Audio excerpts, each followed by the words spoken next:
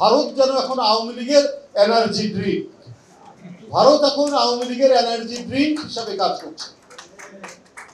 কারণ তাদের সার্টিফিকেট থাকলেই তারা এখন সবকিছু করতে পারে, আর ওদের সার্টিফিকেট না থাকলে শেখ হাসিনা এক পাও দিতে পারে না, এক ধাপ দিতে পারে না।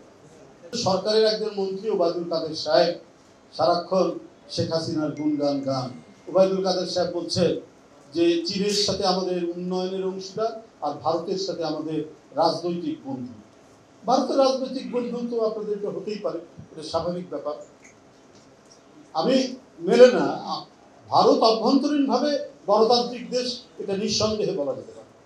স্বাধীনতার পর থেকে ওদের গণতন্ত্রের চর্চার কখনো কোনো ঘাটতি হয়নি। তাহলে রাজনৈতিক বন্ধু হলো কি করে?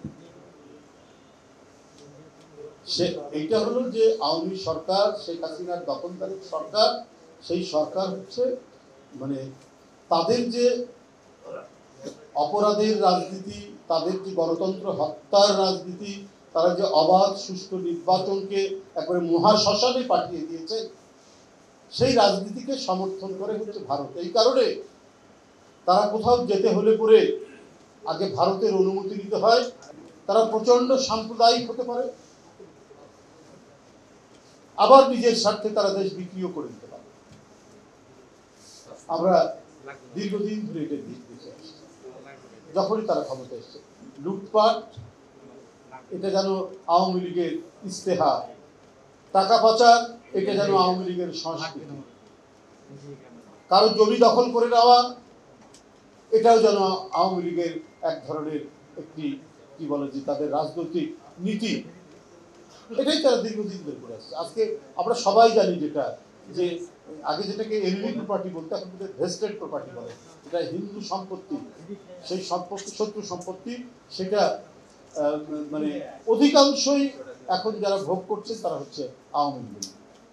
এটার একটা স্ট্যাটিস্টিক্স বেরিয়েছিল, পরিসংখ্যান বেরিয়েছিল তাতে।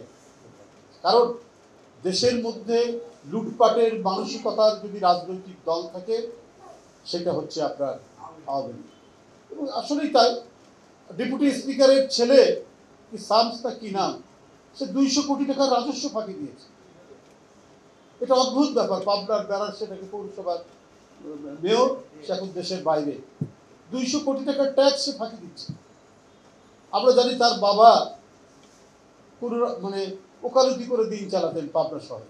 এত টাকা হলো কোথেকে, কিভাবে সম্ভব? আলাদিনের চেরাগ, সে আলাদিনের চেরাগেও মানে সেই যে দৈত্য আসতো, সেই দৈত্য রাতারাতি এত টাকা হয়তো কাউকে করে দিতে পারতো না, কিন্তু আওয়ামী লীগের পক্ষে এটা সম্ভব। আওয়ামী লীগ এটি করতে পারে। আচ্ছা, শুধু বেনজির আজিজ কাণ্ড না, কত কাণ্ড যে তারা এখানে গড়ে তুলেছেন। একজন আইজি কি শামসুদ্দোহান 100 বিঘার উপরে কৃষি ফার্ম, এটা তো সেটা একটা ঘটনা, আরো কত কি যে সহায় সম্পত্তি আছে। কি করে সম্ভব এটা?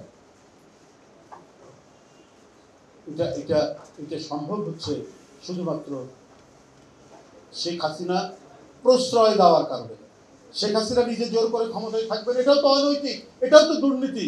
সুতরাং এই দুর্নীতির প্রধানমন্ত্রী, তিনি দুর্নীতিকে আস্কারা দিয়েছেন। সমস্ত কিছুকে যে তোরা আমাকে সাপোর্ট কর, আর তোরা যা পারবি সেটাই করবি। না হলে একজন ডিবির লোকজন বগুড়ার এক মাদক ব্যবসায়ীকে মিরপুর থেকে তাকে গ্রেপ্তার করে তার কাছ থেকে 7,80,000 টাকা দিয়ে তাকে ছেড়ে দিয়েছে।